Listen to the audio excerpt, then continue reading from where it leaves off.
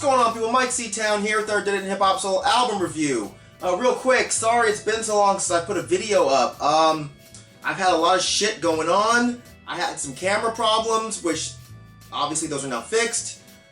My poor kitty got infested with fleas, and I'm still trying to get rid of them. And yeah, just a whole bunch of other fucking grown man life shit.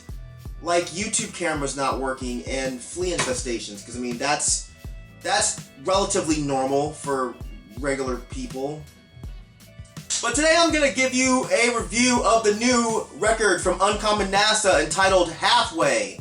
New York Telephone was on my list last year of the best hip-hop albums, and I don't regret it one bit, man. Like, that record gets better and better the more I listen to it. You know, it's a dope, heartfelt ode to a sound that I really miss in hip-hop. That old school, Def Jux, Anacon type of sound, you know? That unique sound that a lot of rappers used to have, a few rappers perfected, and then almost all of them completely abandoned.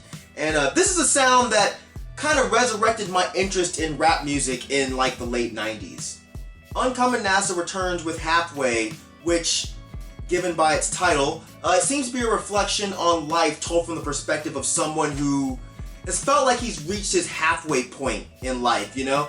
Taken from the conversation that's sprinkled throughout the album, which is a combo between NASA and his wife. Someone in NASA's life has recently passed away, and interestingly enough, it's someone who's older in their years, and this has brought NASA to the point of thinking about his own mortality. I'll start off by saying that I find this idea really interesting. You know, he's saying that he starts to think of his own mortality when someone of an older age passes away, whereas his wife thinks of her mortality when someone of a younger age passes away. And while I understand both sides, I tend to lean with NASA on this one. You know, I think it's simply because when someone younger passes away, those are almost anomalies. You know, we always think, oh, that's not going to happen to us. We're not going to die young. But when someone older dies, it hits home for me more so because death is going to happen to everyone. It's something that's supposed to happen as opposed to something that's not supposed to happen. You know, you're supposed to die when you get older. You're not supposed to die when you're young. So we don't think of, you know, what if I die young? Instead, we think of when I eventually die. Moving on to the music, the slight stylistic change in the way NASA raps here is pretty apparent. He goes for an almost free-form style, ranging from his standard kind of off-kilter flow to an almost spoken word style that I actually like a whole lot. And I feel like this style really works on this album. Another thing to take note of is that NASA didn't handle any of the production on this project. It was all done by Black Tokyo, who definitely steps up to the plate.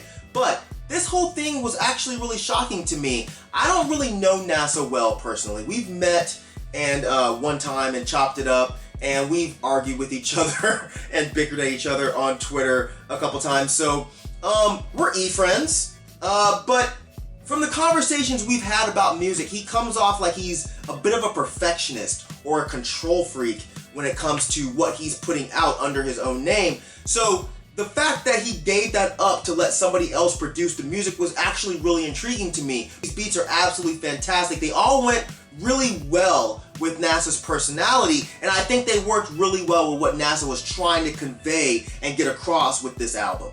The record starts off with the song Halfway, and while it's not my favorite jam on this album, it always seems to get stuck in my head, and I think it's mainly the hook. Halfway, live life before descending.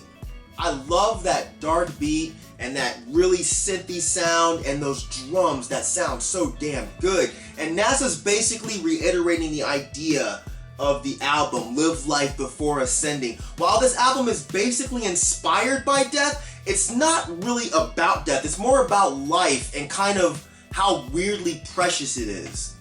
This idea is continued on the song Pipe Dreams, where he's talking about doing something completely random, like opening up a hip-hop venue in a basement in Chinatown where the shows start at 2 a.m. and they end at noon. And you know, you're probably sitting back saying, why in the fuck would you do that? But the whole point here is, why the fuck not? Because life has taught us that this idea doesn't make sense. But life should be about trying and doing different shit that doesn't always make sense just because you want to do it. Life experiences should be limitless. You know, I think that's the point that NASA's trying to make here, which makes this such a fantastic track. Another standout track is Love the Cold Like a Brother. I just love that smooth ass beat, you know, and the way that NASA jumps on it and absolutely kills it. You know, and he's talking about the whole idea of loneliness and just embracing it when you have to, you know, dealing with it rather than letting it encompass you. Another track I really enjoyed was Why I Stopped Watching the News. And this was almost a spoken word piece about why we should question the information that we're fed, or stop bothering with this ready-made information and instead starting to seek out our own information. You know, poison information is worse than poison food. The storyteller of our era is the editor, reshaping the landscape like English settlers. I absolutely love that shit. And speaking of poison information, I like the way it rolls directly into We Live in These Dark Times. And this is a song that he dropped a while ago and I thought was really fresh when he dropped it. You know, it focuses on the death of Eric Garner. But when you put it in the span of this album, it just sounds so much better. And it goes so well with the concept of this album, with death and how death can come when you're not expecting it. And then, you know, talking about the whole unexpected death of Eric Garner. It just fits so perfectly, man. For those of you that don't know, Eric Garner was the man that was choked to death on a sidewalk because he was suspected of selling loose cigarettes. Being a true New Yorker, I can totally understand why something like this, you know, while happening in NASA's own backyard, would make him really passionate about talking about this. You know, and the hook, Lucy should never be a reason to die. It's so simple, but it really hits home. Having Too Good of a Time was a track that totally stood out mainly because of the beat. You know, the way it was crafted around that sample, giving it such an apocalyptic feel, was just so dope. And while Black Tokyo and Carl Kevorkian definitely laid down some fantastic verses, I really feel like NASA sounded best on this track. The way he's riding the beat was just so dope, and he brought some real energy and passion to it. And again, that's not taking anything away from Black Tokyo or Carl Kevorkian because they totally fit in perfectly with the way this track was crafted. Skin Tells Stories was another really interesting track. You know, the whole idea of looking at skin as an indicator of the type of person someone is, but not because of their skin color or skin tone, but more so by the skin's condition. Looking at the condition of the skin to judge what someone has been through in their life, it's a really interesting idea to me. And it also has probably the best feature on this whole project, which was from Sketch 185, who absolutely snapped on this track. The album closer, Music Is Our Children. This is an absolutely fantastic song.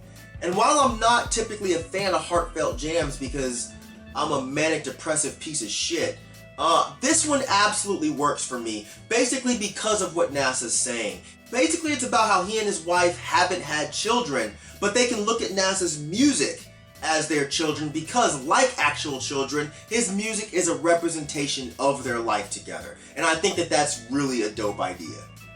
I feel like Halfway had a lot to live up to. You know, before this project, I feel like New York Telephone was NASA's most cohesive album to date.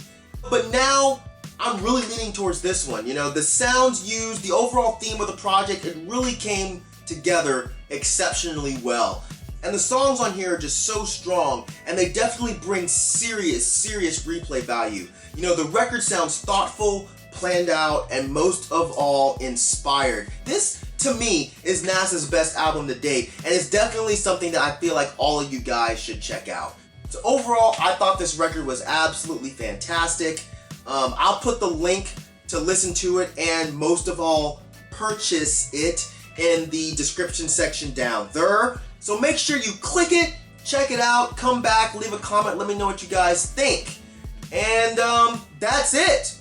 So as usual, thank you for living, thank you for loving, thank you for being you. And I will see you guys next time. Alright? Peace, bitches.